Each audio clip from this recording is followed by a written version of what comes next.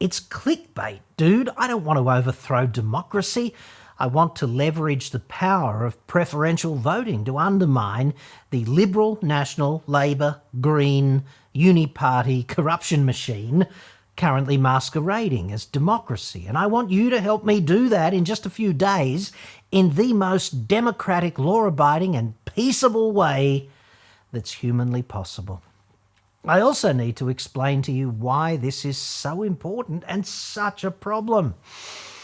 So let's start with what we know, what we can all agree on. We all know and we can all agree for absolute certain who the Prime Minister of Australia is going to be this time next week. A total head. Guaranteed. That is pretty much a done deal, and there's nothing any of us can do to change that, unfortunately. So with this in mind, I guess it's easy to head off to the polls over the next few days thinking that there's kind of no point because you're just choosing heads or tails on the same abhorrent Uniparty mother-loving coin kind of thing.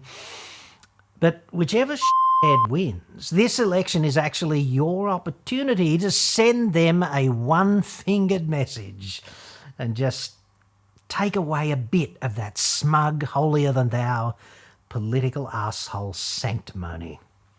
So don't waste your vote, dude. Send the Uniparty a barbed wire enema wrapped in your ballot paper instead.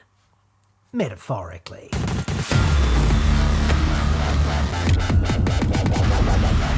I understand that you might care to tell me to stay in my lane if I don't mind and only talk about cars. You might want to opine this down there in the comments. And if that is you, knock yourself out, cringeworthy dude. The algorithm loves outraged but engaged sentiments such as yours. And of course I offer you my sincere, heartfelt promise that my give-a-fuck tank will remain, as usual, steadfastly on E. This video is sponsored by me. I do duos things, dude, aside from, getting divorced and remarried kind of a lot. And, of course, being Australia's leading automotive investigative shit stirrer, they take up a fair bit of my time collectively. When I'm not doing either, though, I get new cars cheap for people just like you because I love you, dude, and also because negotiating face-to-face with a car dealer is something more properly reserved for the afterlife, I feel, in hell. My team does that. They go to hell every day where they negotiate face-to-face with car dealers, specifically so that you don't have to. It's kind of like what Jesus did back in the day. We negotiate the price. There's no obligation. I'll put a link in the description. You just fill in the form after you click the link, and we're going to take it from there. You get the full warranty in a brand new car, etc. No catches whatsoever. And the other uplifting thing I do is home solar. I've got an excellent team for that as well. They installed the system on my roof about a year ago. It's been flawless. We thrashed our air conditioning all summer long, keeping 2 offices and this fine fat cave habitable. And I still saved hundreds every month in the hottest months. Pretty cool return on investment, like literally in our case. Solar is better than an EV if you care about CO2. There's an immediate return on investment if you care about money. And there's no ongoing fees like rego or insurance. And there's no range anxiety, no need even for a sticker that says, I bought this before Elon went nuts. My solar team has in-house engineers. They consult on every installation. They don't use cowboy installers, and they only sell quality components with solid onshore support here in Australia. Links in the description. You just fill in the form in both cases. That is really all it takes. And now back to me. The upcoming low-rent prime ministerial options are one of 2 ill-suited clowns, in my view. In the blue corner, imagine if Donald Trump hypothetically had intimate relations with a Yukon Gold, which is a kind of potato, obviously, and the consequent potato orangutan hybrid grew up proudly to stand shoulder to shoulder with the shadow minister for shrieking. You go, girl. It's amazing. Mr. Potato Trump is not without his skills, of course. He's one of humanity's few true share market savant investors with a profound moral compass. When he was Defence Minister, he so bravely advocated for a taxpayer-funded ministerial slush fund so that ministers just like him could sue ordinary people just like you for defamation if you hurt their feelings. Arsehole. Thus, you would pay both the plaintiffs' and the defendants' bills, which is pretty clever now that I think about it. Don't be fooled by smear campaigns, of course, suggesting that he's an out-of-touch thug with a god complex who is ill-suited to running a modern democracy. Heaven forbid. Now, in the red corner, Mr. Magoo, only in the flesh as opposed to celluloid, and without any vestigial charm. Inasmuch as this is possible, Magoo is even less charismatic in my estimation than starchy Voldemort. He's the king of appeasement too, the king, and he's got Mensa prodigy Chris Bowen on tap should, high-level counsel on complex issues be required. Solar panels on the roof, charging your vehicle for free overnight. That's what it looks like. That's what it looks like. If I were the planet, I'd be pooping in my Levi's at this point. But if you're in a minority, of course, Magoo is on his knees down there humming Staying Alive for you. If you're just an ordinary Aussie punter, though, not so much. The national welcome to country ordeal, epidemic, whatever you'd like to call it, Magoo seems blithely unaware that many Australian voters, such as me, for example, actually detest and find it grossly offensive to be welcomed to our own country endlessly. Go fucking figure.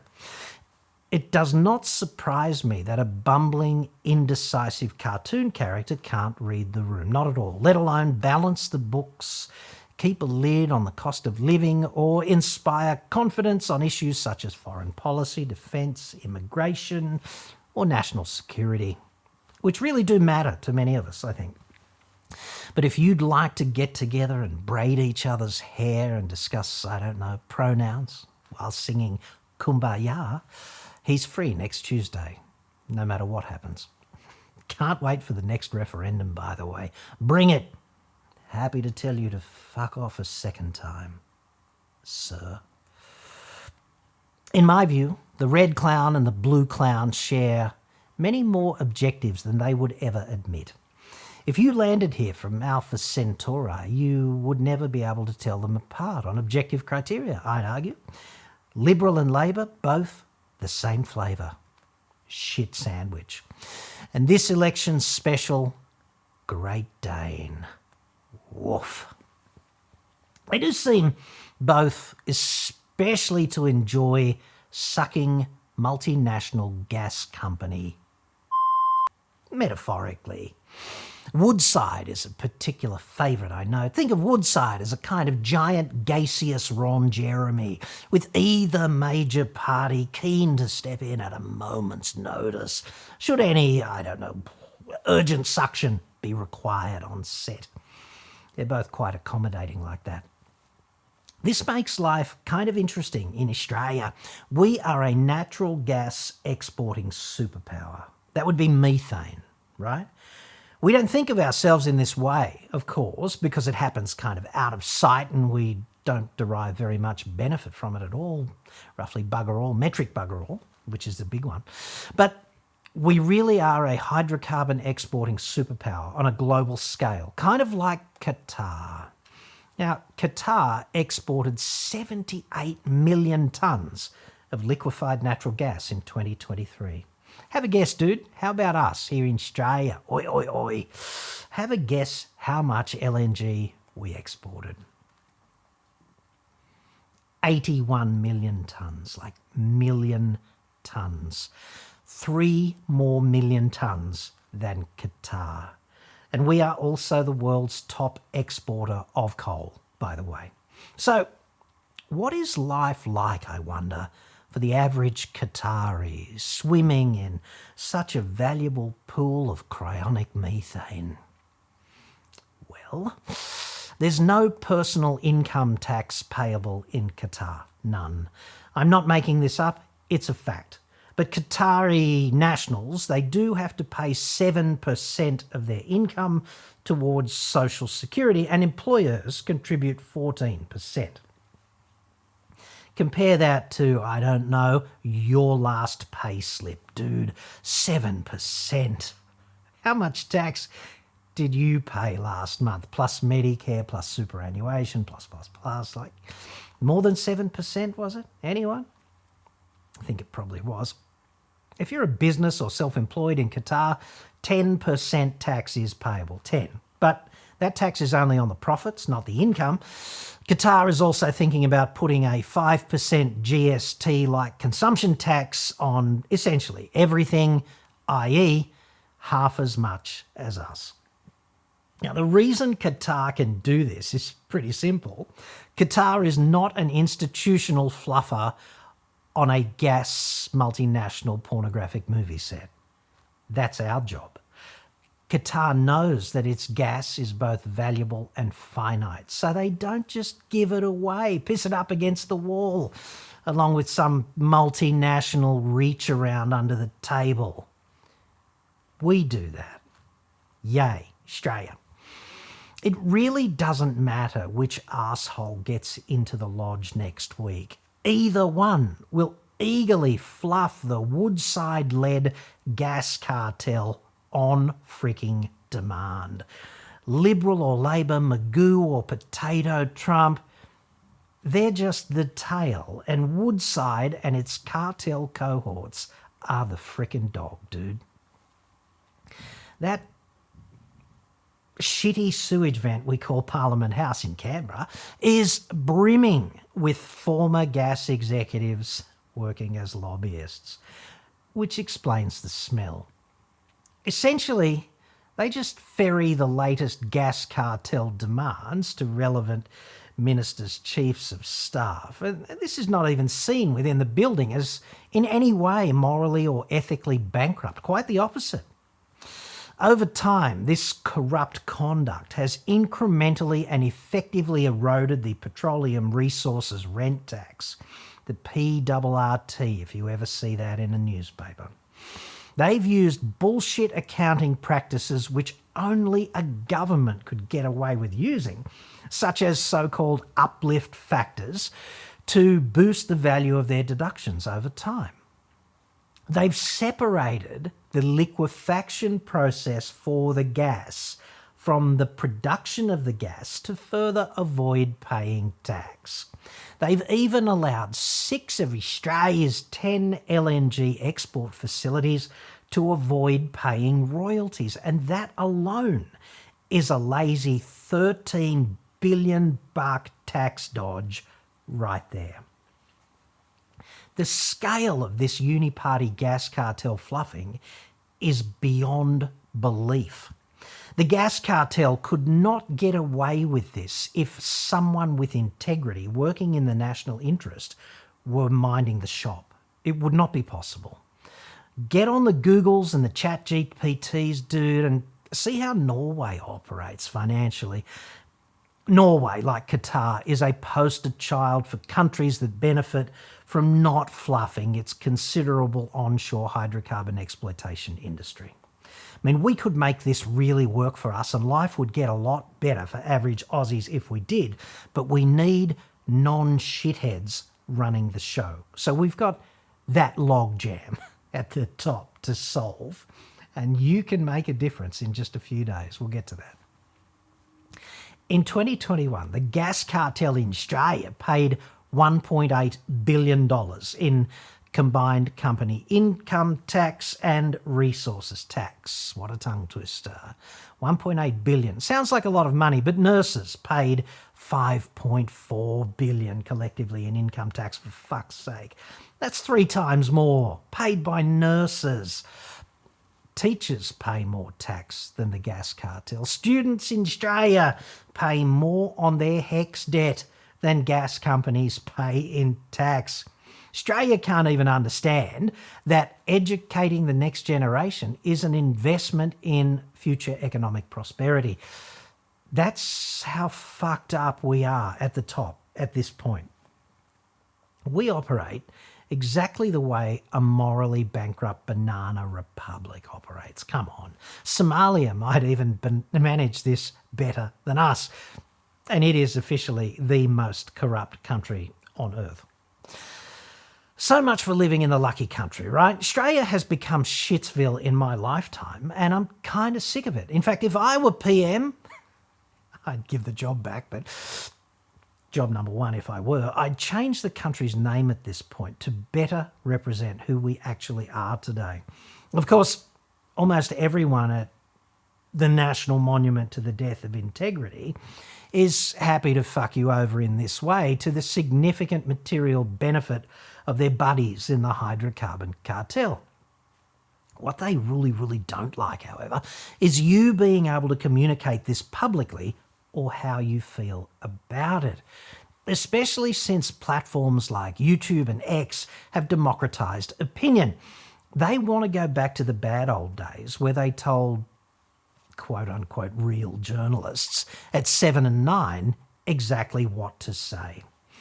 They hate free speech when it is amplified by digital media platforms that give everyone a voice, because most of us can see that there's something broken in the system, and vocalising that is something they really don't want to happen. And remember, there's no First Amendment to the Constitution in Australia. So, over the past 2 electoral terms, senior shitheads on both sides of the fucked up political matrix have sought to erode what free speech capacity we do enjoy. Plenty of scientists, for example, have felt the boot of censorship on their necks, especially in terms of pandemics or climate change or environmental issues. Go figure. The right to protest is continually being suppressed by elected shitheads who would rather, frankly, rule you than serve you. And that's not what they're here for. And government surveillance keeps getting ramped up as well, out of all proportion, despite the fact that our society has never been safer on objective criteria. We've given executive comment takedown powers to the likes of Julie Inman E. Karen, who is both unelected and seemingly on some taxpayer-funded vendetta against X, for which, of course, she used to work. We've also introduced hate crime laws, banning swastikas and Islamic State symbology. And I'm no apologist for either of those camps, but who knew that the problem of neo-Nazis and other extremists could so easily be solved? It's actually a crime to cause offence in Australia now by posting something. Let that sink in for a moment, dude. Just take a moment and think about that. It's section 474.17 of the Criminal Code Act 1995. Causing offence using a carriage service has become a crime. George Orwell would, of course, be so fucking proud of us at this point. But I guess not as proud as he would be of the UK, where in 2023, 12,000 arrests, which is roughly 33 people every day, were arrested for posting content deemed to be offensive or distressing under Section 127 of the Disunited Kingdom's Communications Act. Only 1 in 10 of those arrested were convicted. So the intent of the legislation here and there pretty clearly is just to harass you for committing free speech and to motivate you, of course, to shut up in future, which is just what they want. The cure for offence, obviously, is not additional legislation. It's learning to harden the fuck up, because they're just words. The icing on the free speech suppression cake here was, of course, the failed misinformation and disinformation bill brought by Mr. Magoo and his Red Brigade in the Uniparty in 2024. This was one of the most egregious regulatory travesties of Australian history, and for me, the most shocking thing about it was that it was only narrowly defeated. Hashtag Uniparty. Inside, Integrity's sarcophagus in Canberra, nobody wants the public to say what they actually think. That could be quite counterproductive, might make it harder to fluff the gas cartel, etc. The whole joint is overflowing with spin doctors whose only job is to tell you what you should think. Having one's own opinion, heaven forbid. I would argue that you and I only get one chance to make a difference here, and that chance occurs only once every 3 years, like clockwork, on election day.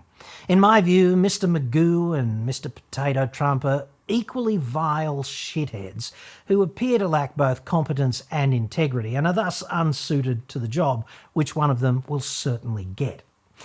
And against this kind of rich tapestry of arsehole-flavoured, morally bankrupt hydrocarbon cartel fluffing and free speech suppression, it's kind of easy for ordinary folk like us not to give a fuck about who wins and disengage completely from the process. And dude, nobody would blame you if you did that, because it is such a shit sandwich. I mean, have you seen a Great Dane defecating?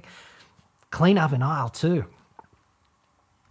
And I don't want to tell you how to vote specifically, but I'm going to tell you how I'm going to vote just for the sake of transparency. And I'm doing this the better to wage war on collective Uniparty shitheadery, okay? That is my overarching and only objective here. I'm going to vote Libertarian. They're a minor party, but the only one, insofar as I can tell, that actually values the things that I value, such as personal freedom, small government, lower tax, personal responsibility, proper liberal democratic values. Trivialities like that. Not too obsessed with voice-style referenda or taxpayers kicking the tin for ministerial defamation slush funds and vile uniparty schemes of this nature, upliftingly.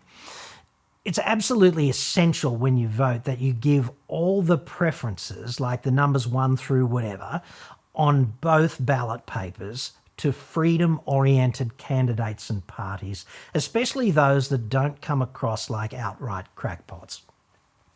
It's equally essential that you put uniparty arseholes such as Labor, Liberal, the Nationals and the Greens either last or not at all.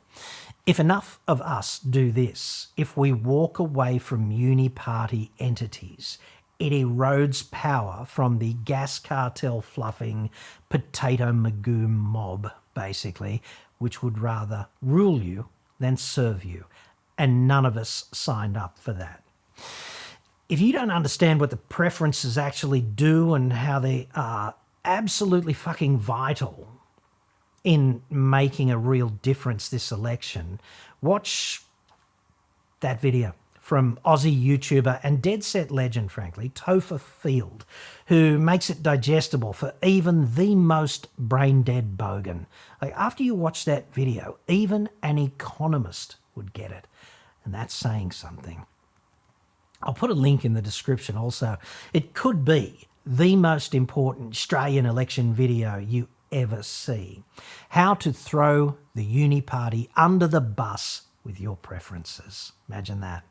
Your preferences on those 2 ballot papers are the most responsible and sincere way to say a heartfelt fuck you to would-be prime ministerial shitheads such as Mr. Magoo and Potato Trump and the giant vested interest fluffing machines that prop them up. So, if you like, join me on election day and help make Australia less shit by telling Magoo and Potato Trump to go and fuck themselves equally, politely, diplomatically, whatever, in the only way that really matters, by numbering the boxes appropriately with your preferences, thereby treating them the same way that they intend to treat us for the next 3 years. More independents and others with actual liberal democratic values, in the Senate especially, means less chance of getting freedom-trashing bullshit Uniparty legislation over the line. And I don't know about you, dude, but I can smell misinformation and disinformation Bill 2.0 coming just over the horizon. It's on its way already. None of what we do with our preferences will stop an asshole from remaining in or moving into the lodge, of course, but it might make them think twice over bigger instances of fucking us all over for the next 3 years. And who doesn't want that? Them thinking twice. In time, perhaps even institutionalized gas cartel fluffing might be forced to descend, to a somewhat lower cruising altitude. Imagine that. Who knows, dude? We might never even hope to equal the UK's dismal record for arresting and detaining people for saying what they actually think on Facebook. Here's hoping we don't go there. Number the boxes quite carefully, dude, because your freedom absolutely depends on that.